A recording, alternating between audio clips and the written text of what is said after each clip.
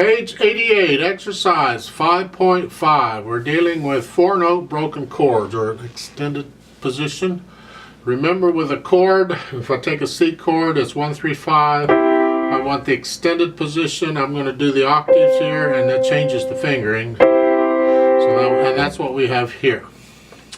It's good practice. You don't have to use that rhythm. They're doing a 1 and a 2, 3 and a 4. Actually, it's 2/2 time. When you have something like this, the time signature is not so important. You can just as well take this in 4/4 time to start.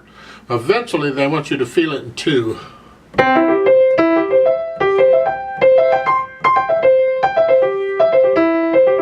But the point is to develop a feel for these chords in the hands, so when you run it across it in music, like over on page 89, you'll see this kind of stuff in music. You'll be able to sight read and play this music easily. If you want to improvise, this is good patterns to know. So it's like the first chord, C, 1 at a time. Then the first inversion, you just come up, watch the fingering. It's a 4 on the C. Next one is here, and it's a 4 on the E, and then back to root. So good fingering, I highly recommend it. Same thing in the left hand is the 5/4. In case you're wondering about this fingering, why is it 4 and not 3?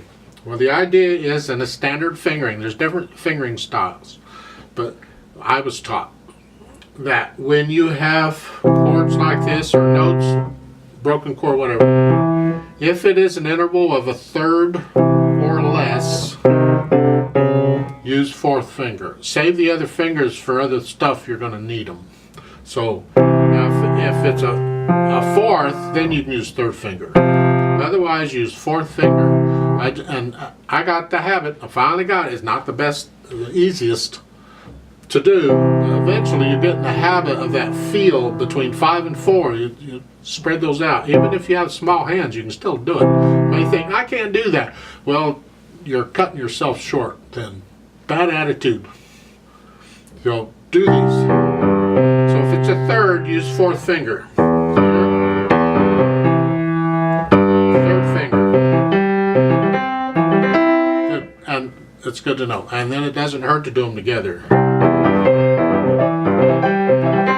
Type thing to really, and whatever key you're in, that's the same basic idea as you're playing the 1 chord in extended position and all its inversion, but you're doing it as a broken chord.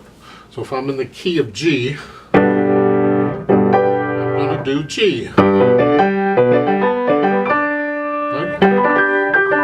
Gotta go both directions. Yep.